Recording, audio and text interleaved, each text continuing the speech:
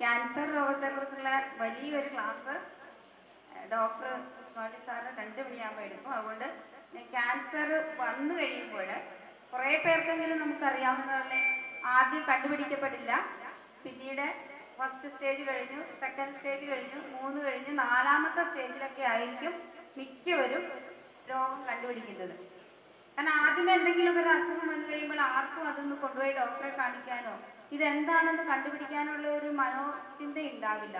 കാരണം എന്തെങ്കിലും കാരണത്താൽ ക്യാൻസർ ആകുമോ എന്നുള്ള ഒരു ആത്മബലം ഇല്ലാത്തത് കൊണ്ടാണ് പലപ്പോഴും രോഗികൾ ഡോക്ടറെ കാണാതിരിക്കുന്നത്. മലമൂത്ര വിസർജനത്തിൽ എന്തെങ്കിലും ഒരു വ്യത്യാസം എന്ന് പറഞ്ഞാൽ എന്നും മലം പോയിക്കൊണ്ടിരിക്കുന്ന ഒരു വ്യക്തിക്ക് മലം 2 ദിവസം കൂടിയാണ് സ്ഥിരമായി പോകുന്നതെങ്കിൽ ഒരു 3 ദിവസം 4 ദിവസം പോകാതെ ആകുമ്പോഴും പലരും വിചാരിക്കുന്നത് പൈൽസിന്റെ രോഗമാണ്, അല്ലെങ്കിൽ വേറെ എന്തെങ്കിലും നാടൻ മരുന്ന് പോകും, അല്ലെങ്കിൽ ഹോമിയോ മരുന്ന് പോകും, ആയുർവേദ മരുന്ന് പോകും. ഇങ്ങനെ വെച്ചുകൊണ്ടിരിക്കുമ്പോൾ മിക്കവാറും തന്നെ ഇതിന്റെ സ്റ്റേജ് ഒരു പക്ഷേ ക്യാൻസർ രോഗമാണെങ്കിൽ ഇതിന്റെ സ്റ്റേജ് മാറിപ്പോകും. അപ്പം നമുക്ക് പിടിച്ചാൽ കിട്ടാത്ത ഒരവസ്ഥയിലേക്ക് മാറുന്ന ഒരവസ്ഥയാണ് നമ്മൾ കാണുന്നത്. അതുപോലെ തന്നെ ചെറിയ തൊണ്ടയിലുള്ള മുഴകളോ അല്ലെങ്കിൽ സ്വരങ്ങൾക്ക് വ്യത്യാസം വരുമ്പോഴോ, പിന്നെ സ്ത്രീകളാണെങ്കിൽ അവരുടെ മാസമുറയ്ക്ക് വ്യത്യാസം വരുമ്പോഴോ ഇങ്ങനെയൊന്നും ശ്രദ്ധിക്കാറില്ല. ബ്രസ്റ്റിലുണ്ടാകുന്ന ചെറിയ കല്ലിപ്പോ അങ്ങനെയുള്ള കാര്യങ്ങളൊന്നും വളരെ ലഘുവായിട്ട് നമ്മൾ മലയാളികൾ എടുക്കുന്നത് കൊണ്ടാണ് നമ്മളത് കൃത്യമായിട്ടൊരു പരിശോധന ഇല്ലാതെയും അതുവഴി പിന്നീട് രോഗം മൂർച്ഛിച്ച് രോഗിയുടെ മരണം വരെ സംഭവിക്കുന്നതിന് പ്രധാന കാരണം. മറ്റ് വിദേശ രാജ്യങ്ങളിലേക്ക് പോകുമ്പോൾ റെഗുലറായിട്ടുള്ള ഒരു മെഡിക്കൽ ചെക്കപ്പ് 6 മാസം അല്ലെങ്കിൽ 1 വർഷം കൂടുമ്പോഴെങ്കിലും മെഡിക്കൽ ചെക്കപ്പ് നടത്തിയേ അവിടെ സാധിക്കുകയുള്ളൂ. അപ്പോൾ അവിടെ എന്താണ് രോഗമുണ്ടെങ്കിലും നമ്മളത് കണ്ടുപിടിക്കപ്പെടും. പക്ഷേ നമ്മൾ മലയാളികൾ എന്താണെന്ന് വെച്ചാൽ നമ്മൾ സ്വയം തന്നെ മുന്നോട്ട് ഇറങ്ങാതെ ഈ ഒരു അവസ്ഥയ്ക്ക് പരിഹാരം ഉണ്ടാക്കാൻ നമുക്ക് സാധിക്കില്ല. മൂടി വെച്ച് അവസാനത്തെ നിമിഷമാകുമ്പോൾ കിടന്ന് കരഞ്ഞുകൊണ്ടോ വിലപിച്ചത് കൊണ്ടോ ഒരു കാര്യവും ഉണ്ടാവില്ല. അതേസമയം നമ്മൾ ആദ്യമേ തന്നെ കണ്ടുപിടിച്ചാൽ അത് 75% ക്യാൻസർ രോഗം നമുക്ക് ആദ്യമേ കണ്ടുപിടിക്കാൻ പറ്റിയാൽ കുറേയൊക്കെ ചികിത്സിച്ച് ഭേദമാക്കാൻ സാധിക്കും. ഞാൻ പറയാൻ പോകുന്ന വിഷയം എന്താണെന്ന് വെച്ചാൽ, ക്യാൻസർ രോഗം വന്നതിന് ശേഷം വളരെ ബുദ്ധിമുട്ട് 4th സ്റ്റേജ് വരെ ആകുന്ന രോഗികൾ പാലിയേറ്റീവ് കെയറിലേക്ക് നമ്മൾ തള്ളപ്പെടുന്നുണ്ട്. പാലിയേറ്റീവ് കെയർ എന്ന് പറഞ്ഞാൽ എന്താണ്? പാലിയേറ്റീവ് കെയർ എന്ന് പറഞ്ഞു കഴിഞ്ഞാൽ ചികിത്സ കൊണ്ട് ഭേദമാക്കാൻ പറ്റാത്ത രോഗങ്ങളാൽ കഷ്ടപ്പെടുന്ന രോഗികളെ ചികിത്സിക്കുന്ന ഒരു സംവിധാനമാണ് പാലിയേറ്റീവ് കെയർ. പാലിയേറ്റീവ് പരിചരണം, അല്ലെങ്കിൽ മലപ്പുറം ജില്ലയിൽ നമ്മൾ പറയും പരിരക്ഷ. ഗ്രാമപഞ്ചായത്തുകളിൽ പരിരക്ഷ നടപ്പിലാക്കുന്നുണ്ട്. പ്രൈവറ്റ് സെക്ടറിൽ പാലിയേറ്റീവ് പരിചരണം എന്നുള്ള രീതിയിൽ കൊടുക്കുന്നുണ്ട്. ചികിത്സ കൊണ്ട് ഭേദമാക്കാൻ പറ്റാത്ത രോഗങ്ങൾ ഏതൊക്കെയായിരിക്കും? ഇപ്പൊ ഇവിടെ ഇരിക്കുന്ന പലരും തന്നെ പലരുടെയും വീടുകളിൽ ഒരാളെങ്കിലും കിടപ്പിലായിട്ടുള്ളവരുണ്ടാവാം, ഇല്ലേ? ആരുടെയെങ്കിലും വീടുകളിലുണ്ടോ കിടപ്പിലായ രോഗികൾ? ഉണ്ടോ? കൈ പൊക്കിക്കോളൂ, കുഴപ്പമില്ല. ഇത് ക്ലാസ്സാണ്, നമ്മൾ പ്രസംഗം പറയല്ല, നമുക്ക് മനസ്സിലാവണ്ട. കാരണം കുറെ നേരം ഇരുന്ന് കഴിയുമ്പോൾ ഈ കേൾക്കുന്നവർക്ക് ബോറടിക്കും, അവരങ്ങ് ഉറങ്ങിപ്പോയി. കാരണം നമ്മുടെ അനുഭവത്തിൽ നിന്ന് അറിയാവുന്നതെന്ന് പറയുന്നത്. ആരുടെയെങ്കിലും വീട്ടില് കിടക്കുന്ന രോഗികൾ ഉള്ളവരാരെങ്കിലും ഉണ്ടോ? ഈ കൂട്ടത്തില് കിടക്കുന്ന രോഗികൾ ഉണ്ടോ? ഉണ്ട്. ഒരാളെങ്കിലും ഉണ്ടാവാതിരിക്കില്ല, അത് ഉറപ്പാ. കാരണം നമ്മുടെ ആരോഗ്യ രംഗത്തിൽ വെച്ചിട്ട് 10 വർഷം കഴിയുമ്പോൾ നമ്മുടെ ആരോഗ്യ മേഖലയ്ക്ക് ഉണ്ടാകാൻ പോകുന്ന ഒരു തിരിച്ചടിയായിട്ട് പറയുന്നത് ഒരു വീട്ടിൽ 4 പേര് കിടക്കാനും 2 പേര് ശുശ്രൂഷിക്കാനുമായി മാറുമെന്നുള്ള ഒരു കാഴ്ചപ്പാടോടുകൂടിയാണ് ഇന്ന് ആരോഗ്യരംഗം പ്രവർത്തിക്കുന്നത്.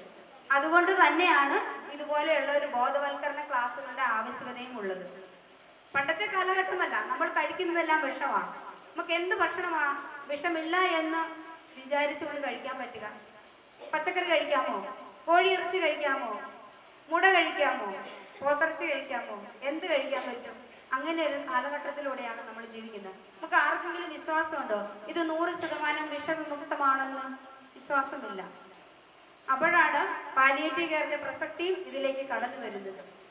രോഗം മൂലം മൂർച്ഛിച്ച് ഒരു രീതിയിലും ചികിത്സിച്ച് ഭേദമാക്കാൻ പറ്റാത്ത രോഗികളെയാണ് പാലിയേറ്റീവ് കെയറിലേക്ക് നമുക്ക് ലഭിക്കുക. അവർക്ക് എന്തായിരിക്കും ബുദ്ധിമുട്ടുണ്ടാവുക? അവരുടെ പ്രശ്നങ്ങൾ എന്തായിരിക്കും? അവർക്ക് എന്തെല്ലാം പരിഹാരം നമുക്ക് ചെയ്തു കൊടുക്കാൻ സാധിക്കും? പാലിയേറ്റീവ് കെയർ എന്ന് പറഞ്ഞാൽ പാലിയം എന്ന വാക്കിൽ നിന്നാണ് ഉടലെടുക്കുന്നത്. PALLIUM, പാലിയം. ഈ വാക്കിന്റെ അർത്ഥം പുതപ്പ് എന്നാണ്. ഒരു വ്യക്തി തണുത്ത് വിറച്ച് നല്ല മഞ്ഞുള്ള ഒരു ദിവസത്തിൽ രാത്രിയിൽ പുറത്ത് ഇങ്ങനെ കിടക്കുക, തണുത്ത് വിറച്ച് കിടക്കുന്ന ഒരു വ്യക്തി, അവർക്കൊരു പുതപ്പിട്ട് കൊടുക്കാൻ ഉണ്ടാകുന്ന അനുഭവം എന്താണ്? അല്ലേ? നല്ല സുഖമായിട്ട് ആ വ്യക്തി കിടന്നുറങ്ങും. ഇതേ അവസ്ഥ തന്നെയാണ് പാലിയേറ്റീവ് കെയർ കൊണ്ട് ഉദ്ദേശിക്കുന്നത്. ഒരിക്കലും പാലിയേറ്റീവ് കെയറിൽ പെടുന്ന രോഗികളെ പൂർണ്ണമായിട്ട് ചികിത്സിച്ച് ഭേദമാക്കാൻ പറ്റില്ല എന്ന് നമുക്ക് തിരിച്ചറിവോടുകൂടി തന്നെയാണ് ഇത് ചികിത്സിക്കുന്നത് തന്നെ. പക്ഷേ അവർക്ക് ആശ്വാസം കൊടുക്കാൻ സാധിക്കും. പാലിയേറ്റീവ് കെയർ 1993 കേരളത്തിലേക്ക് വരുന്നത്. അത് കോഴിക്കോടാണ്. ഡോക്ടർ സുരേഷ് എന്ന് പറഞ്ഞ ഡോക്ടറുടെ നേതൃത്വത്തിലാണ് ഇത് ഉണ്ടാകുന്നത് കേരളത്തില്. പക്ഷെ 1960കളിൽ തന്നെ ഇംഗ്ലണ്ടില് സിസിലി സോണ്ടേഴ്സ് എന്ന് പറഞ്ഞ വ്യക്തി ഹോസ്പീസുകളായിട്ട് തുടങ്ങിയതാണ്. പക്ഷേ നമ്മുടെ കേരളത്തിലേക്ക് വന്നു കഴിഞ്ഞപ്പോഴേ 93 കോഴിക്കോട് ആരംഭിക്കുകയും പിന്നീട് അത് മലപ്പുറം ജില്ലയിലേക്ക് വരികയും മലപ്പുറം ജില്ലയിൽ വന്നതിന് ശേഷം അത് ഇവിടുത്തെ ജനങ്ങൾ ഏറ്റെടുക്കുകയും ചെയ്തു. അതാണ് മലപ്പുറത്തിന്റെ ഒരു പ്രത്യേകത. ജനങ്ങൾ സ്വന്തമായി കരുതിക്കൊണ്ട് ഈ പാവപ്പെട്ട രോഗികളെ പൂർണ്ണമായും സഹായിക്കണമെന്നും അവരുടെ ജീവിതങ്ങളിലേക്ക്, അവരുടെ ബുദ്ധിമുട്ടുകളിലേക്ക് കടന്നു ചെല്ലണമെന്നുമെന്നുള്ള അവരുടെ ഒരു ഉൾക്കാഴ്ച ഈ പാലിയേറ്റീവ് കെയറിനെ വിപുലമാക്കി മാറ്റി എന്നുള്ളതാണ്. വേൾഡ് ഹെൽത്ത് ഓർഗനൈസേഷൻ, ലോകാരോഗ്യ സംഘടന തന്നെ ഈ പാലിയേറ്റീവ് കെയറിന്റെ പ്രവർത്തനങ്ങളെ പഠിക്കുവാനായിട്ട് മലപ്പുറം ജില്ലയിലാണ് വരുന്നത്. അത് ആദ്യം മലപ്പുറം ജില്ലയിലായിരുന്നുവെങ്കിലും ഇതര ജില്ലകളിലേക്ക് വ്യാപിക്കുകയും ഇതര ജില്ലകളിൽ നിന്നും അത് നമ്മുടെ സംസ്ഥാനത്തിൽ നിന്നും നമ്മുടെ കേരളം വിട്ട് മറ്റ് സംസ്ഥാനങ്ങളിലേക്ക് വ്യാപിക്കുകയും ചെയ്തിട്ടുണ്ട്. മറ്റ് സംസ്ഥാനങ്ങളിൽ ഇന്ന് ആദ്യം തുടങ്ങി വെച്ച ഡോക്ടേഴ്സ് എല്ലാം, സുരേഷ് ഡോക്ടറൊക്കെ ഇപ്പം മറ്റ് സംസ്ഥാനങ്ങളിലേക്ക് ചേക്കേറിയിരിക്കുക. കാരണം ഈ പ്രസ്ഥാനം അതിന്റെ ആവശ്യകത മൂർച്ഛിച്ചതുകൊണ്ടാണ്. ഏതെല്ലാം രോഗികളായിരിക്കാം പാലിയേറ്റീവ് കെയറിൽ ഉൾപ്പെടുന്നത്? ഒന്ന്, ക്യാൻസർ രോഗം. ക്യാൻസർ രോഗം എന്ന് പറഞ്ഞു കഴിഞ്ഞാൽ ആദ്യത്തെ സ്റ്റേജിലുള്ളവരെ നമ്മൾ പാലിയേറ്റീവ് കെയറിൽ ഉൾപ്പെടുത്തുന്നില്ല. 2 അല്ല 3 അല്ല, 4ാമത്തെ സ്റ്റേജില് രോഗികൾക്ക് വേദനയും ബുദ്ധിമുട്ടുകളും ശാരീരികവും മാനസികവുമായ പലവിധ വിഷമങ്ങളാല് ബുദ്ധിമുട്ടുന്ന ഒരവസ്ഥയിലാണ് പാലിയേറ്റീവ് കെയറിലേക്ക് നമ്മൾ ഈ രോഗികളെ ഉൾക്കൊള്ളിക്കുക. 2ാമത് കിഡ്നി രോഗം. ഡയാലിസിസ് ചെയ്യുന്ന രോഗികളുടെ എണ്ണം വർദ്ധിച്ചു വരുന്നു, ഇല്ലേ? എത്രയോ രോഗികളാണ് ഈ ഡയാലിസിസ് ചെയ്തുകൊണ്ട് വലിയ വീടും കുടുംബവും തറവാടും നല്ല ജോലി ചെയ്തുകൊണ്ടിരുന്നവർ, സാമ്പത്തികമായിട്ട് മുന്നോക്കം നിന്നിരുന്ന കുടുംബം ഡയാലിസിസ് ചെയ്ത് ആ കുടുംബത്തിന്റെ അടിത്തറ തന്നെ പൊളിഞ്ഞ് വാടക വീടുകളിലേക്ക് താമസം മാറിക്കൊണ്ട് മക്കളുടെ വിദ്യാഭ്യാസത്തിന് ഭക്ഷണത്തിന് ബുദ്ധിമുട്ടുന്ന രോഗികൾ ഇന്ന് നമ്മുടെ കൂടെയുണ്ട്. ഈ പാലിയേറ്റീവ് കെയർ പ്രവർത്തനത്തിൽ 10 വർഷത്തോളമായി ഞാൻ ഈ മലപ്പുറം ജില്ലയിൽ തന്നെ ജോലി ചെയ്യുന്നത് കൊണ്ട് എനിക്ക് കൃത്യമായിട്ട് അറിയാം, പുറമേ നോക്കുന്ന ഒരു വീടല്ല ഒരു വീടിന്റെ ഉള്ളിലേക്ക് കടന്നു ചെല്ലുമ്പോൾ നമ്മൾ കാണുന്ന കാഴ്ചപ്പാട്. ശരിക്കും അങ്ങനെ തന്നെയാണ്. വളരെ നമ്മൾ വിചാരിക്കും, ഈ വീട്ടിൽ ഒരു കുഴപ്പമില്ല, നല്ല ടൈൽസിന്റെ വീട്, അല്ലെ മാർബിളിട്ട വീട്, പുറമെ നല്ല പെയിന്റ് ഇട്ടിട്ടുണ്ട്, തൊടിയുണ്ട്, എല്ലാം ഉണ്ട്. പക്ഷെ ഒരു രോഗിയായിട്ട് അവിടെ കിടന്നു കഴിയുമ്പോൾ ആ വീടിന്റെ ഉള്ളിലേക്ക് കടന്നു ചെല്ലുമ്പോൾ ആദ്യം ഒന്ന് സംസാരിക്കാനായിട്ട് അവർ മടിച്ചു നിൽക്കുമെങ്കിലും കുറച്ചു നേരം കഴിയുമ്പോൾ നമ്മൾ സംസാരിച്ചു വരുമ്പോൾ അറിയാം ഒരു നേരത്തെ ഭക്ഷണത്തിന് പോലും അവർ ബുദ്ധിമുട്ടുണ്ട് എന്നുള്ളത്.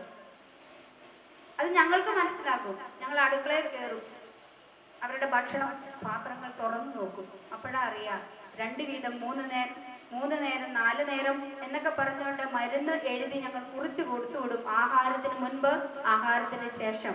പക്ഷെ ആ രോഗികളുടെ വീടുകളിൽ ഒരു നേരത്തെ ഭക്ഷണം പോലും ഇല്ലാത്ത അവസ്ഥയിലേക്ക് അവരുടെ കുടുംബം മാറുന്നു എന്നുള്ളതാണ് സത്യം. അപ്പോഴാണ് തിരിച്ചറിവ് കിട്ടുന്നത്, ഈ കുടുംബത്തിന് നമ്മൾ മരുന്ന് മാത്രം കൊടുത്താൽ പോരാ. എന്തൊക്കെ കൊടുക്കണം പറയാം, നിങ്ങൾക്കറിയാം എന്തൊക്കെ കൊടുക്കണം. മരുന്ന് മാത്രം കൊടുത്താൽ മതിയോ ആ കുടുംബം ജീവിക്കാൻ? പോരാ. നമ്മൾ പാലിയേറ്റീവ് കെയർ എന്ന് പറയുമ്പോൾ 5 കാര്യങ്ങളാ പറയുക. ഈ 5 കാര്യങ്ങൾ: 1, ശാരീരിക പ്രയാസങ്ങൾ; 2, സാമ്പത്തിക പ്രയാസങ്ങൾ; 3, മാനസിക പ്രയാസങ്ങൾ; 4, സാമൂഹിക പ്രയാസങ്ങൾ; 5, ആത്മീയ പ്രയാസങ്ങൾ. ഈ ആത്മീയ പ്രയാസങ്ങൾ എന്ന് പറയുമ്പോഴത്തേക്ക് വിചാരിക്കും വളരെ ലഘുവാണ്. പക്ഷേ ആത്മീയ പ്രയാസങ്ങൾ വളരെയേറെ ബുദ്ധിമുട്ട് അനുഭവിക്കുന്ന രോഗികളുണ്ട്. മൂത്രത്തിന് ട്യൂബ് ഇട്ട് കിടക്കുന്ന എത്ര രോഗികൾ ഈ കൂട്ടത്തിലുള്ളവരുടെ വീട്ടിലുണ്ടായിരിക്കാം? ആർക്കെങ്കിലും ഉണ്ടോ? മൂത്രത്തിന് ട്യൂബ് ഇട്ട് കിടക്കുന്നവര് ആരുടെയെങ്കിലും വീട്ടിലുണ്ടോ? ഉണ്ടാവാൻ സാധ്യതയുണ്ട്, അല്ലെങ്കിൽ ബന്ധുക്കളായിട്ട് തന്നെ ഉണ്ടാവും. മൂത്രത്തിന് ട്യൂബ് ഇട്ട് കിടക്കുന്ന രോഗികൾ, മലം പോകാൻ വേണ്ടി, ക്യാൻസർ രോഗം മൂന്നിട്ട് മലം പോകാൻ വേണ്ടിയിട്ട് സാധാരണ പോകുന്ന പോലെ മലദ്വാരത്തിലൂടെ മലം പോകാത്ത ഒരു അവസ്ഥയിൽ രോഗിക്ക് ഒരു സൈഡിൽ ഒരു ദ്വാരം ഉണ്ടാക്കിയിട്ട് ബാഗ് വെച്ച് കൊടുക്കും. ആ ബാഗിലൂടെയാ ആ വ്യക്തിയുടെ ജീവിതകാലം മുഴുവൻ മലം പോകുന്നത്. അവരനുഭവിക്കുന്ന പ്രയാസം എത്രയായിരിക്കും? നമുക്ക് മറ്റുള്ളവർ പറഞ്ഞു തരുമ്പോഴൊന്നും ഇത് മനസ്സിലാവില്ല. പക്ഷെ സ്വന്തം ജീവിതത്തിൽ ഇത് എൻ്റെ ജീവിതത്തിൽ ഇന്ന് ഞാൻ നേരിടേണ്ടി വരികയാണെങ്കിൽ എനിക്ക് എന്താണ് അനുഭവപ്പെടുക എന്നുള്ളത് നമ്മൾ ചിന്തിക്കുമ്പോൾ മാത്രമേ ഉള്ളൂ നമുക്ക് ആ രോഗിയുടെ പ്രയാസങ്ങൾ മനസ്സിലാക്കാൻ സാധിക്കുകയുള്ളൂ. അല്ലാത്തവർക്കൊക്കെ വളരെ സിമ്പിളാണ് അല്ലേ? ഹൈടെക്കിന്റെ കാലമായിരുന്നു. എന്ത് കാര്യം പറഞ്ഞാൽ അതിപ്പോ ഒരു SMS കിട്ടും, അതിലൊരു നെറ്റ് വളരെ റെഡിയാ. പക്ഷെ ഈ രോഗിയുടെ ജീവിതത്തിൽ നിന്ന് ഒരു പെർമനന്റ് ആയിട്ടുള്ള കൊളോസ്റ്റമി എന്നാ പറയുന്നത്. പ്രധാനമായിട്ട് ഈ മലം പോകാൻ വേണ്ടിയിട്ട് ബാഗ് വെച്ചിരിക്കുന്നവര് അവർ ചെയ്തിരിക്കുന്നത് ക്യാൻസർ രോഗം വന്നതുകൊണ്ടാണ് അവർക്ക് കൊളോസ്റ്റമി ബാഗ് വെക്കേണ്ടി വന്നത്. സാധാരണഗതിയിൽ അവർക്ക് ബാത്റൂമിൽ പോയി മലമൊക്കെ പോയിട്ട് സുഖമായിട്ട് ജീവിക്കാമായിരുന്നു. പക്ഷെ സാധിക്കുന്നില്ല. അങ്ങനെയുള്ള ഒരവസ്ഥ. മൂക്കിൽ കൂടെ ട്യൂബിട്ട് കിടക്കുന്ന രോഗികൾ. കിഡ്നി രോഗം വന്നവരുടെ കാര്യം ഞാൻ പറഞ്ഞു. കുടുംബം മുഴുവൻ പട്ടിണിയിലേക്ക് പോകുന്ന അവസ്ഥ. 2 ദിവസം കൂടുമ്പോൾ ഡയാലിസിസ് ചെയ്യണം. ഒരു കുടുംബത്തിന് ഒരാഴ്ചയിൽ 2500 രൂപ വരുമാനമെങ്കിൽ ഒരാഴ്ചയിൽ ഒരു രോഗിക്ക് വേണ്ടി തന്നെ ചിലപ്പോൾ 10,000 രൂപ മുടക്കേണ്ടി വരും. ഒരു ഡയാലിസിസിന് ഏറ്റവും കുറഞ്ഞത് 2000 രൂപ വേണം. 1-2 ദിവസങ്ങളിലെങ്കിലും ഡയാലിസിസ് ചെയ്യേണ്ടി വരും. പിന്നെ പക്ഷാഘാതം പറ്റിയത്. പക്ഷാഘാതം എങ്ങനെയുണ്ടാകുന്നത്? തളർച്ച എങ്ങനെയുണ്ടാകുക? നമ്മൾ വളരെ ലഘുവായിട്ട് കാണുന്ന പ്രഷർ, പ്രമേഹ രോഗങ്ങൾ ഇല്ലേ? പ്രഷർ, പ്രമേഹം, കൊളസ്ട്രോൾ മുതലായ രോഗങ്ങൾ മൂലം കുറച്ച് കഴിയുമ്പോൾ ഒരു 10 വർഷം 15 വർഷമൊക്കെ കഴിഞ്ഞു കഴിയുമ്പോൾ സംഭവിക്കുന്നത് അത് കൊളസ്ട്രോൾ വന്നടിയും. പ്രഷർ രോഗത്തെ നമ്മൾ വ്യക്തമായ ഒരു ഡോക്ടർ ചെക്കപ്പ് ഇല്ലാതെ പോകുന്നു. പ്രമേഹ നിയന്ത്രണ വിധേയമല്ലാതെ വരുന്നു. അങ്ങനെ പക്ഷാഘാതം, ഒരു തലച്ചോറിലേക്കുള്ള ഞരമ്പിന് ക്ഷതം സംഭവിക്കുന്നു. അവിടെ രക്തം പൊട്ടുന്നു, അല്ലെങ്കിൽ രക്തം കട്ട പിടിക്കുന്നു. അങ്ങനെയുള്ള കാരണങ്ങളാൽ ഒരു വശം കുഴഞ്ഞു പോകുന്നു. അങ്ങനെ ആ ഒരാള് അവിടെ കിടപ്പറ്റ. പിന്നെ പ്രായാധിക്യം മൂലമുള്ള രോഗങ്ങൾ ഇല്ലേ? പ്രായാധിക്യം 60 വയസ്സ് കഴിഞ്ഞു കഴിഞ്ഞാലാണ് നമ്മൾ പ്രായാധിക്യം എന്ന് പറയുന്നത്. എങ്കിൽ ഇപ്പം എല്ലാവരും ഒരു 35 വയസ്സാകുമ്പോഴേ തന്നെ പ്രായാധിക്യം ബാധിച്ച പോലെയാണ്. കാരണം 25-30 വയസ്സിനോടകം തന്നെ പല വ്യക്തികൾക്കും പ്രമേഹം, പ്രഷർ, കൊളസ്ട്രോൾ മുതലായ രോഗങ്ങൾ മൂലം വിഷമിക്കേണ്ടി വരുന്ന ഒരവസ്ഥ നമ്മൾ കാണുന്നു. എന്തുകൊണ്ടാണ് ഇതെല്ലാം ഉണ്ടാകുന്നത് എന്നുള്ള കാരണമാണ് ഇപ്പം നമ്മുടെ വൈസ് പ്രസിഡന്റ് ഒക്കെ പലരും ഒക്കെ പറഞ്ഞതാണ്. ഇനിയിപ്പോൾ സാറ് വരുമ്പോൾ പറയാൻ പോകുന്നു. അതുകൊണ്ടായിരിക്കും. അത് തന്നെയാണ് നമ്മുടെ ജീവിത ശൈലിയിൽ ഉണ്ടാകുന്ന വ്യത്യാസങ്ങളാണ് അല്ലേ? അങ്ങനെ തന്നെയാണ്. ഇപ്പം നമ്മൾ ഈ രോഗി പാലിയേറ്റീവ് കെയറിലേക്ക് നമ്മൾ പോകാം. വീണ്ടും പാലിയേറ്റീവ് കെയർ ആവശ്യമായി വരുന്നത് യാതൊരു വിധത്തിലും രോഗികൾക്ക് ചികിത്സ കൊണ്ട് ഭേദമാക്കാൻ പറ്റാത്ത രോഗങ്ങളെയാണ് അല്ലേ? ഇങ്ങനെയുള്ള രോഗികൾ അഭിമുഖീകരിക്കുന്ന എന്തെല്ലാം പ്രശ്നങ്ങളുണ്ട്? ഒന്ന് ശാരീരിക പ്രയാസങ്ങളാണ് നമ്മൾ പറഞ്ഞത്. ഈ ശാരീരിക പ്രയാസങ്ങൾ എന്ന് പറയുന്നത് ഒന്നുകിൽ വേദനയാകാം, അല്ലെങ്കിൽ മൂത്രം പോവാത്തതാകാം, അല്ലെങ്കിൽ മലം പോവാത്തതാകാം, അല്ലെങ്കിൽ വേറെ എന്തെങ്കിലുമൊക്കെ ബുദ്ധിമുട്ടുകളായിരിക്കാം. പക്ഷെ അതൊക്കെ നമുക്ക് ഒരു പരിധി വരെ അത് മരുന്ന് കൊണ്ടോ മറ്റ് വിധേനയോ നിയന്ത്രണ വിധേയമാക്കി കൊടുക്കുവാൻ സാധിക്കും. മാനസിക പ്രയാസങ്ങൾ എങ്ങനെ നമുക്ക് മാറ്റി കൊടുക്കാൻ സാധിക്കും? കൊടുക്കാൻ പറ്റുമോ? കുറെ എല്ലാം നമുക്ക് സാധിക്കും അല്ലേ? എങ്ങനെ സാധിക്കും? അവരുടെ കൂടെ ഇടപഴകണം. അവരുടെ വീട്ടില് ഒരു അരമണിക്കൂറെങ്കിലും അല്ലെങ്കിൽ ഒരു 10 മിനിറ്റ് എങ്കിലും ഈ വിഷമിക്കുന്ന ഒരു വ്യക്തിയുടെ വീട്ടില് പോയിരുന്ന് അവര് പറയുന്നത് കേൾക്കാൻ നമ്മൾ തയ്യാറായാൽ തീർച്ചയായിട്ടും അവരുടെ മാനസിക പ്രശ്നങ്ങൾക്ക് കുറേയൊക്കെ ഒരു ആശ്വാസം കൊടുക്കുവാൻ നമുക്ക് സാധിക്കും. അതിനിന്ന് ആർക്കും സമയമില്ല. എല്ലാവരും ഓടി നടക്കുകയാണ്. സമയമില്ല എന്നുള്ള ഒരൊറ്റ ഒരു കാരണം മാത്രമേ ഉള്ളൂ. പലപ്പോഴും ഞങ്ങൾ വീടുകളിലൊക്കെ ചെല്ലുമ്പോൾ ചില അമ്മമാരൊക്കെ ആദ്യം ഒന്നും സംസാരിക്കില്ല. കുറെ കഴിഞ്ഞ് കഴിയുമ്പോൾ പൊട്ടി ഇങ്ങനെ കരയും.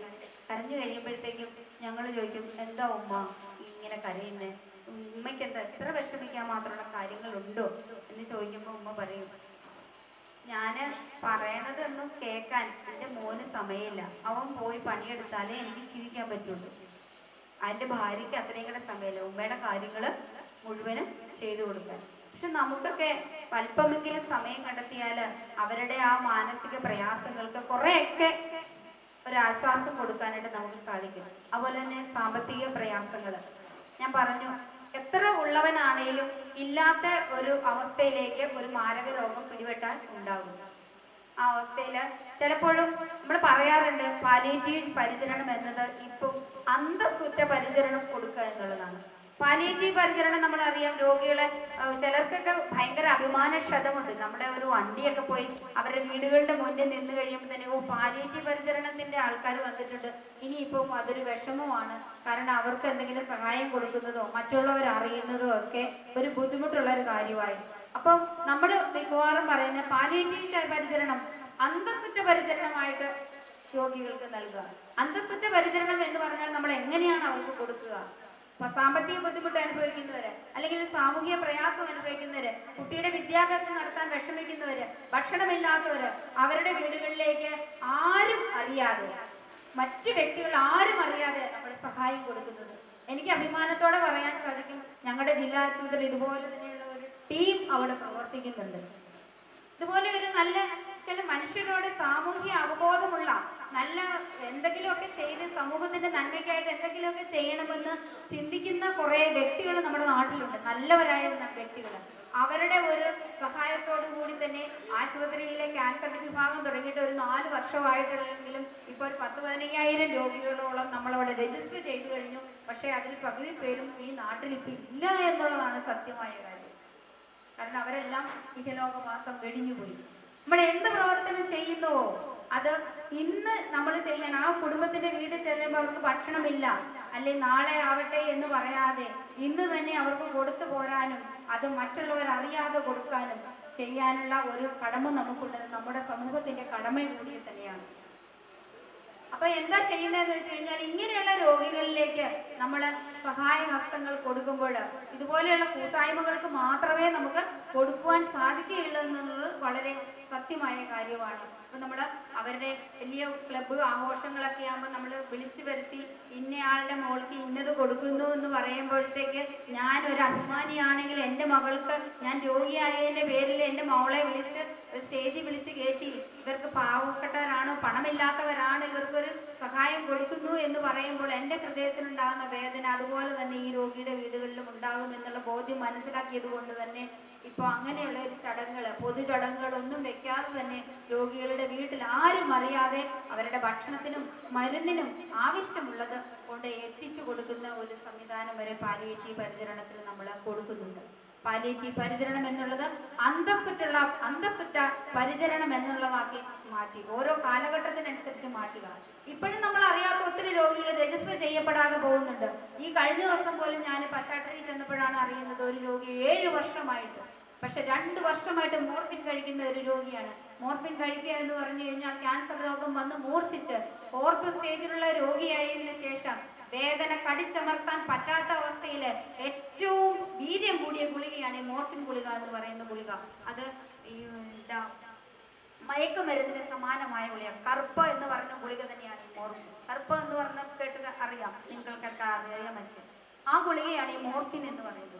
ഇതുവരെ കൊടുക്കുന്ന രോഗി 2 വർഷമായിട്ടും നമ്മൾ അറിഞ്ഞില്ല, തിരിച്ചറിഞ്ഞില്ല. അവർക്ക് കിട്ടേണ്ട ആനുകൂല്യങ്ങൾ നമുക്ക് വാങ്ങിക്കൊടുക്കാൻ സാധിച്ചില്ല. സർക്കാരിൽ നിന്നും മറ്റ് ഇതര സംഘടനകളിൽ നിന്നും നമുക്ക് കൊടുക്കാൻ പറ്റാവുന്ന സാഹചര്യങ്ങളൊക്കെ ഉണ്ടായിരുന്നിട്ടും നമ്മളുടെ ഒരു കുറവ് കൊണ്ട്, അല്ലെങ്കിൽ നമ്മൾ കണ്ടുപിടിപ്പിക്കപ്പെടാത്തത് കൊണ്ട് അവർക്ക് ആ സഹായങ്ങളൊന്നും എത്തിപ്പെട്ടില്ല. ഒരു 15 ദിവസത്തേക്ക് 15,000 രൂപയുടെ ഗുളികയാണ് ഈ രോഗി കഴിക്കുന്നത്. അങ്ങനെ ഉണ്ടായിരുന്ന അവർക്കൊരു ചെറിയൊരു കച്ചവടം മാത്രമേ ഉണ്ടായിരുന്നുള്ളൂ. അത് 7 വർഷത്തെ ചികിത്സ കൊണ്ട് ഉണ്ടായിരുന്ന കുടുംബം വിറ്റു, സ്ഥലം വിറ്റു, വീട് വിറ്റു. അവരിപ്പോൾ വാടക വീട്ടിലാണ് താമസിക്കുന്നത്. 15 ദിവസത്തേക്ക് 15,000 രൂപ ഒരു ഗുളികയ്ക്കാണ് ആവശ്യമെങ്കിൽ എത്രയോ ഗുളികകളാണ് അവർ കഴിക്കുന്നത്. ഒരു വരുമാനമില്ലാത്ത അവർക്ക് തുടർച്ചയായിട്ട് 1 വർഷക്കാലം ഇത്രയും മരുന്ന് കൊടുക്കണമെന്ന് പറയുമ്പോൾ ആ കുടുംബത്തിന്റെ അവസ്ഥ എന്താണെന്ന് നമ്മൾ ചിന്തിച്ചു നോക്കാം. അതുപോലെ തന്നെ രോഗികൾ നമുക്കറിയാം, കീമോതെറാപ്പി കൊടുക്കണം. ഒരു ദിവസം ഞാൻ ഒന്നുമില്ലാതെ ഓടിച്ചാടി നടന്നൊരു പെട്ടെന്നൊരു ശ്വാസം മുട്ടൽ വന്നു, ഞാൻ ഡോക്ടറെ പോയി കണ്ടു. ഡോക്ടർ പറഞ്ഞു ഒരാഴ്ചത്തേക്ക് മരുന്ന് കൊടുക്കട്ടെ എന്ന് പറഞ്ഞു. മരുന്ന് കൊടുത്തു, ഭേദമില്ല. അപ്പോൾ ഡോക്ടർ പറഞ്ഞു ഒരു കാര്യം ചെയ്ത് നിങ്ങളൊരു എക്സ്റേ എടുത്ത് നോക്കെന്ന് പറയുന്നു. എക്സ്റേ എടുത്തു കഴിഞ്ഞപ്പോൾ എന്തോ ഒരു സംശയം തോന്നി. നിങ്ങളൊരു കാര്യം ചെയ്യുക, ഇനി മെഡിക്കൽ കോളേജിലേക്ക് പൊക്കോളൂ എന്ന് പറയുന്നു. മെഡിക്കൽ കോളേജ് ചെല്ലും. മെഡിക്കൽ കോളേജ് ചെല്ലുമ്പോൾ അവിടുന്ന് ഡോക്ടർ പറയാം ഇതെന്തോ ഒരു സംശയം തോന്നുന്നുണ്ട്, ഞാനൊന്ന് ഒരു സ്കാൻ ചെയ്ത് നോക്കട്ടെ എന്ന് പറയും. സ്കാൻ ചെയ്യുന്നു. സ്കാൻ ചെയ്യുമ്പോൾ ഡോക്ടർ പറയുക, അപ്രതീക്ഷിതമായിട്ട് പറയാം നിങ്ങൾക്ക് ശ്വാസകോശത്തിൽ ക്യാൻസർ ആണ്. അതിനുശേഷം ചികിത്സാവിധി വീണ്ടും പറയുന്നു 50,000 രൂപ വില വരുന്ന ഓരോ കീമോതെറാപ്പിയും ഈ രോഗിക്ക് 6 മാസത്തേക്ക് കൊടുക്കണം. 15 ദിവസം ഇടവിട്ട് കീമോതെറാപ്പി ചെയ്യണം. അത് 6 മാസത്തേക്ക് കൊടുക്കണം. ഈ കുടുംബനാഥനാണ് ആ കുടുംബത്തിന്റെ ഏക വരുമാനം. അവരുടെ അവസ്ഥ എന്താവും? ഇതേ അവസ്ഥയിലുള്ള രോഗികളെയാണ് മിക്കവാറും പാലിയേറ്റീവ് കെയറിൽ ഞങ്ങൾ കാണുന്നത്. ആത്മീയ പ്രയാസങ്ങളും സാമ്പത്തിക പ്രയാസങ്ങളും സാമൂഹിക പ്രയാസങ്ങളും ശാരീരിക പ്രയാസങ്ങളും എല്ലാം കുറച്ചു കൊടുക്കുവാനായിട്ട് നമ്മുടെ സന്നദ്ധരായ ജനങ്ങൾക്ക് മാത്രമേ, നമ്മുടെ സാമൂഹ്യ പ്രവർത്തകർക്ക് മാത്രമേ സാധിക്കുകയുള്ളൂ. കാരണം ഇന്ന് ഇതുപോലെയുള്ള രോഗികളുടെ എണ്ണം വളരെ കൂടുതലാണ്. അതുപോലെ തന്നെ സർക്കാർ സംവിധാനത്തിൽ നിന്ന് എന്തെടുത്താലും നേരത്തെ പറഞ്ഞതുപോലെ കൃത്യമായ കണക്കുകൾ, കൃത്യമായ രേഖകൾ, പക്ഷെ കിട്ടേണ്ടവന് കിട്ടേണ്ട സമയത്ത് കിട്ടിയിട്ടില്ലെങ്കിൽ പിന്നെ കിട്ടിയിട്ട് എന്താ കാര്യം? എന്തെങ്കിലും കാര്യമുണ്ടോ? ഒരുവൻ അവശതയായിട്ട് അവൻ ഇരിക്കുമ്പോൾ, അവന് ഭക്ഷണത്തിന് ബുദ്ധിമുട്ടുമ്പോൾ, കീമോതെറാപ്പി ചെയ്യാൻ ഒരു 50,000 രൂപ അവന് ആവശ്യമുള്ള സമയത്ത് അവന് കിട്ടാതെ പിന്നീട് നമ്മുടെ സർക്കാർ സംവിധാനത്തിൽ നിന്നുകൊണ്ട് തന്നെ ഒരാഴ്ച കഴിഞ്ഞ് നമ്മൾ അവിടെ കൊണ്ടുചെല്ലുമ്പോൾ ചിലപ്പോൾ ആ വ്യക്തി ഈ ഭൂമിയിൽ ഉണ്ടായി എന്ന് വരില്ല. അങ്ങനെ കിട്ടിയത് കൊണ്ട് എന്താ പ്രയോജനം? ഇല്ലേ? ഈ കുടുംബം, അവരുടെ കുടുംബം അനുഭവിക്കുന്ന ബുദ്ധിമുട്ടുകൾ അതിനേക്കാൾ ഏറെ. ഒരു മകൻ ഉണ്ടെങ്കിൽ ഈ മകൻ ഈ അപ്പനെയും കൊണ്ട് ആശുപത്രി കയറി നടക്കുക. ഇന്നുകൊണ്ട് ഞാൻ അറിയുന്ന രോഗികള്, അപ്പൻ ഫീമെയിൽ വാർഡില്, മെയിൽ വാർഡില്, അമ്മ ഫീമെയിൽ വാർഡില്, അപ്പുറത്തും ഇപ്പുറത്തും ഒരു മോൻ മാത്രമേ ഉള്ളൂ. ആ മോന്റെ ഏക ആശ്രയം കൂലിപ്പണിയാണ്. അത് ഒരു വശത്ത് അപ്പനെയും ഒരു വശത്ത് അമ്മയെയും കൊണ്ടുവന്ന് കടത്തിയിരിക്കുക കീമോ എടുക്കാൻ. ഒരു പരിധി വരെയെല്ലാം മരുന്നുകളും ആശുപത്രിയിൽ നിന്ന് കൊടുക്കുന്നുണ്ട് എങ്കിൽ പോലും ഇവരുടെ ഭക്ഷണവും മറ്റു കാര്യങ്ങളും എന്ത് ചെയ്യും? അവർക്ക് കുട്ടികളുണ്ട്. വീട് അടച്ചിട്ടിട്ട് ഇവിടെ ആശുപത്രിയിൽ നിന്ന് കിടക്കുക. അതുപോലെ RCCയിലൊക്കെ പോകുമ്പോൾ നമുക്ക് അറിയാം അല്ലേ? RCCയിൽ ഒരാൾ പോകണമെന്നുണ്ടെങ്കിൽ അവരുടെ കൂടെ ഒരാൾ വേണം, ഒരാൾ നിൽക്കാൻ വേണം, 3 പേര് വേണം, 3 ദിവസത്തെ യാത്ര വേണം ഒരു ചെറിയ കീമോതെറാപ്പി എടുക്കാൻ. ഇങ്ങനെയുള്ളൊരവസ്ഥയാണ്. അപ്പൊ നമ്മള് ഈ രോഗത്തിന്റെ കാഠിന്യം മനസ്സിലാക്കിക്കൊണ്ട് തന്നെയാണ് ഇതുപോലെ ബോധവൽക്കരണ ക്ലാസ്സുകളിൽ പങ്കെടുക്കാനും അതുപോലെ തന്നെ ക്യാമ്പിൽ അറ്റൻഡ് ചെയ്യാനും. ഇനി ഞാൻ പറയുന്നത്, ഒരു രോഗി വീട്ടിൽ കിടന്നാൽ എങ്ങനെയെല്ലാം നമുക്ക് പരിചരിക്കാൻ സാധിക്കും. ഉറങ്ങുന്നവരൊക്കെ ഒന്ന് ശ്രദ്ധിച്ചൊന്ന് ഉഷാറായിട്ടിരിക്കും. എൻ്റെ വീട്ടിൽ ഞാൻ കിടന്നു കഴിഞ്ഞാൽ, അല്ലെങ്കിൽ എൻ്റെ അമ്മ അല്ലെങ്കിൽ അച്ഛൻ കിടന്നു കഴിഞ്ഞാൽ, അല്ലെങ്കിൽ സഹോദരൻ ആരെങ്കിലും ഒരാൾ കിടന്നു കഴിഞ്ഞാൽ അവരെ ഞാൻ എങ്ങനെ പരിചരിക്കും? എപ്പോഴും ഒരു നേഴ്സിനെ ഓടിപ്പോയി വിളിച്ചോണ്ട് വരാൻ സാധിക്കുമോ? ഡെയിലി വേണ്ട കാര്യങ്ങളാ. എല്ലാ ദിവസവും പരിചരണം വേണോ അല്ലേ? ഒരാൾ കിടന്നുപോയി എന്ന് കരുതി അവരുടെ കുളി മാറ്റി വെക്കാൻ പറ്റുമോ? പല്ല് തേക്കാതിരിക്കാൻ പറ്റുമോ? മലം പോവാതിരിക്കാൻ പറ്റുമോ? മൂത്രം പോവാതിരിക്കാൻ പറ്റുമോ? നമുക്ക് എന്ത് ചെയ്തു കൊടുക്കാൻ സാധിക്കും?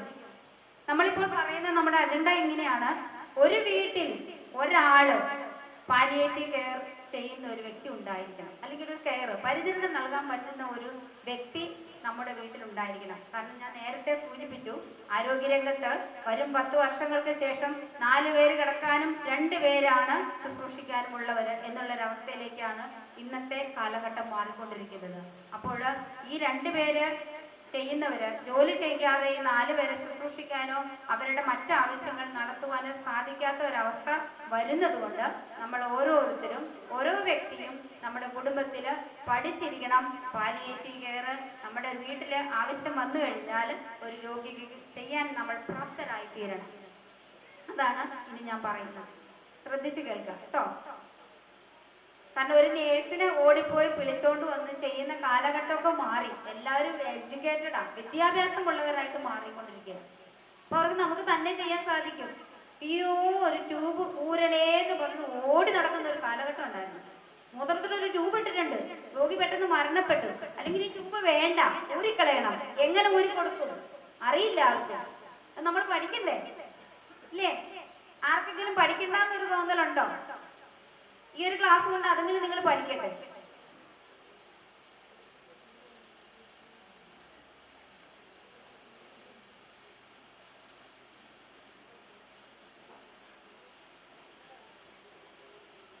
കിടക്കുന്ന ഒരു രോഗിയെ സംബന്ധിച്ചിടത്തോളം അവരുടെ മുടി വൃത്തിയാക്കി കൊടുക്കണ്ടേ? വേണം അല്ലേ? മുടി വൃത്തിയാക്കി കൊടുക്കണം. സാധാരണ നമ്മൾ പറയുന്നത് മുടി കുളിപ്പിച്ച് ഷാമ്പു ചെയ്ത് കൊടുക്കുക എന്നുള്ളതാണ്. ഇരുന്ന് ചെയ്യാൻ പറ്റുവാണെങ്കിൽ ഇരുന്ന് തന്നെ ചെയ്ത് കൊടുക്കണം.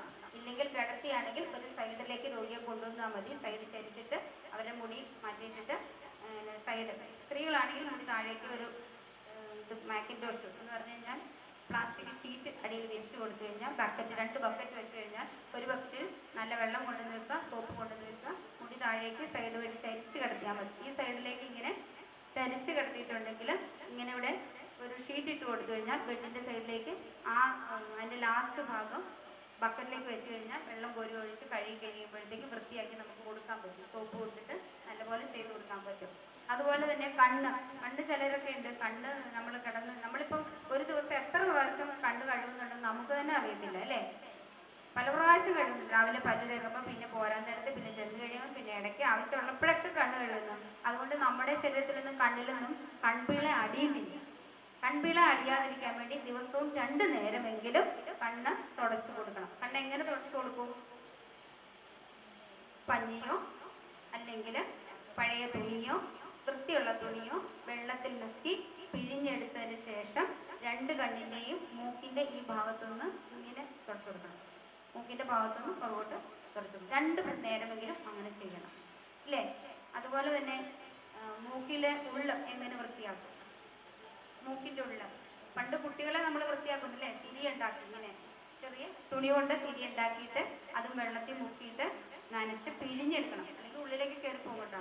പിഴിഞ്ഞെടുത്തിട്ട് മൂക്കിൻ്റെ 2 ഉള്ളുവശങ്ങളും വൃത്തിയാക്കി കൊടുക്കാം. അതുപോലെ കാതിൻ്റെ ഉള്ളും അതുപോലെ തന്നെ വൃത്തിയാക്കി കൊടുക്കാം. വായ എങ്ങനെ വൃത്തിയാക്കും? വായ എങ്ങനെ വൃത്തിയാക്കി കൊടുക്കാൻ പറ്റും? അബോധാവസ്ഥ കിടക്കുന്ന രോഗിയാണെങ്കിൽ വായ ഒരിക്കലും നമ്മൾ കൈയിട്ട് വൃത്തിയാക്കാൻ ശ്രമിക്കരുത്. കാരണം ചിലപ്പോൾ ഒരു കടി കിട്ടിയെന്നിരിക്കും, ചിലപ്പോൾ കടിച്ചത് കൊണ്ടുപോയെന്നിരിക്കും. അതുകൊണ്ട് അബോധാവസ്ഥയിലുള്ള രോഗികളാണെങ്കിൽ നമ്മൾ വായ വൃത്തിയാക്കാൻ ശ്രമിക്കുമ്പോൾ കൈ ഉള്ളിലിടരുത്. അതിന് പകരം നമ്മൾ എന്ത് ചെയ്യുന്നത്, 2 ചെറിയ ബ്രഷ്, കുട്ടികളുടെ ബ്രഷ് വാങ്ങും. ആ ഒരു ബ്രഷ് പല്ലിൻ്റെ ഇടയ്ക്ക് വെക്കുക. അപ്പോൾ പല്ലെ കടിക്കും. അപ്പോൾ മറ്റേ സൈഡ് കൊണ്ടു നീക്കും. മറ്റേ ബ്രഷും കൊണ്ട് തുണി ചുറ്റുക. അതുപോലെ തുണി ചുറ്റിയിട്ട് തുണിയുടെ ഒരു അറ്റവശം ഈ ബ്രഷിൻ്റെ സൈഡുമായിട്ട് നമ്മൾ കൂട്ടിപ്പിടിക്കണം. കൂട്ടിപ്പിടിച്ചില്ലെങ്കിൽ ചിലപ്പോൾ തുണി ഉള്ളിലേക്ക് ഇറങ്ങിപ്പോകും.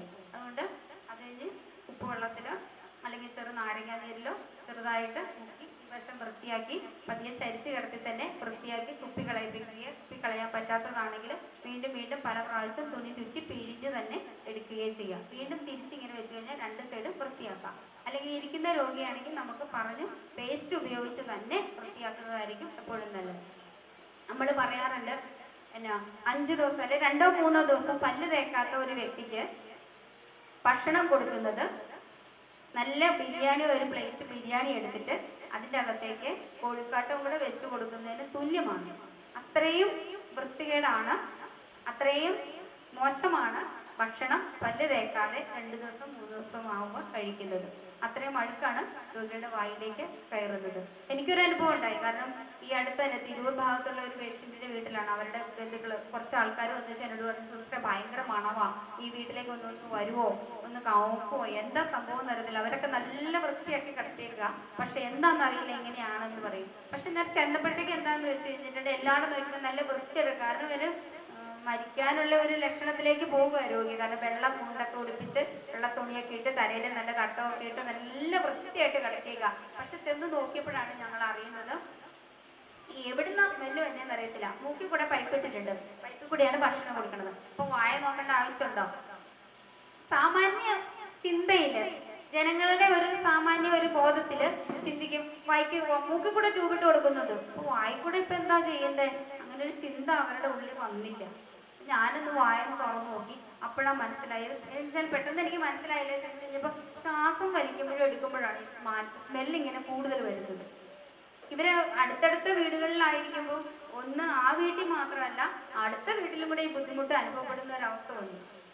ഭയങ്കര സ്മെല്ല. അല്ല വേറെ ഒരു സ്ഥലത്ത് എല്ലായിടും ഞാൻ നോക്കും, ഒരു സ്ഥലത്തും ഒരു വൃത്തിയല്ല. അപ്പൊ നമ്മള് അഴുക്ക് പിടിക്കും എന്ന് പറയുന്ന മുഖ്യഭാഗങ്ങളൊക്കെ നല്ല നീറ്റാക്കി അവർ കടത്തിയിട്ടുണ്ട്. പക്ഷെ അവർക്ക് ഇതിന്റെ അറിവിന്റെ കുറവാണ് അങ്ങനെ സംഭവിച്ചത്. അല്ലാതെ ഒരിക്കലും അവർ ചെയ്തു കൊടുക്കാത്തതല്ല, നമുക്ക് തിരിച്ചറിയാൻ പറ്റും. അപ്പം തുറന്നു നോക്കിയപ്പോഴത്തേക്ക് ഇതാണ് വായയാണ്. വായയെ നമ്മൾ എന്ത് ചെയ്തു? വൃത്തിയാക്കി കൊടുത്തു. വായ എങ്ങനെയാ വൃത്തിയാക്കുക അറിയോ? നമ്മൾ പഴയ കാലത്ത് ഉപ്പുവെള്ളം ഉപയോഗിക്കൂലേ? ഒരു ഗ്ലാസ് വെള്ളത്തില് ഒരു നുള്ളുപ്പ് 3 വിരല് കൂട്ടിപ്പിടിച്ച ഉപ്പിട്ടിട്ട് തിളപ്പിച്ചാറിയ വെള്ളം, ആ വെള്ളം കൊണ്ട് വായ കഴുകാൻ ഏറ്റവും നല്ലതാണ്. അല്ലാതെ നമ്മൾ ഉപയോഗിക്കുമ്പോൾ നാരങ്ങാ നീര് നമുക്ക് ഉപയോഗിക്കാം. അത് ഒരു ഗ്ലാസ് വെള്ളത്തില് 2 തുള്ളി നാരങ്ങാ നീര് ഒഴിച്ചാൽ മതി. ആ വെള്ളത്തിലും വായ വൃത്തിയാക്കാം. ഇതിന്റെ ദുർഗന്ധം പോകാനാണ്, വായ വൃത്തിയാവാനാണ്. നാരങ്ങ നീരിന് അങ്ങനെ ഒരു ഗുണമുണ്ട്. വായ്നാറ്റം ഉള്ളവർക്ക് അല്ലാത്തവർക്ക് ഉപയോഗിക്കാം കേട്ടോ. എന്തെങ്കിലും ടിപ്സ് ഒക്കെ ഇതിൻ്റെ അകത്തുനിന്ന് കിട്ടണം, എന്നാലേ ഉള്ള കാര്യമുള്ളൂ. ഇപ്പൊ സാറ് പറയും 8-1 നാരങ്ങ, ചെറുനാരങ്ങ എല്ലാ ദിവസവും ഉപയോഗിക്കുക ക്യാൻസറിനെ പ്രതിരോധിക്കാൻ. 8-1 ചെറുനാരങ്ങ ഡെയിലി ഉപയോഗിച്ചുകൊള്ളുക, അത് ക്യാൻസറിനെ പ്രതിരോധിക്കാൻ സാധിക്കും എന്ന് പറഞ്ഞ പോലെ. അപ്പൊ അത് പേഷ്യന്റിന്റെ വായ തുറന്നു, ഞാൻ വൃത്തിയാക്കി കഴിഞ്ഞപ്പോ 2 പല്ലും കൂടെ പൊടിഞ്ഞു പോയി.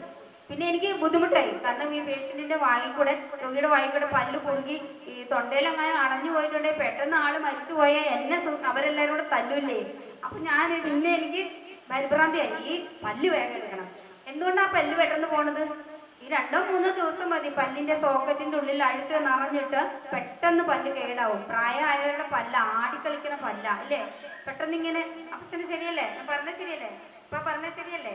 പ്രായമായവരുടെ പല്ലാണ്, അവരുടെ പല്ല് കുറച്ചും കൂടെ വീര്യമൊക്കെ കുറഞ്ഞവരാണ്.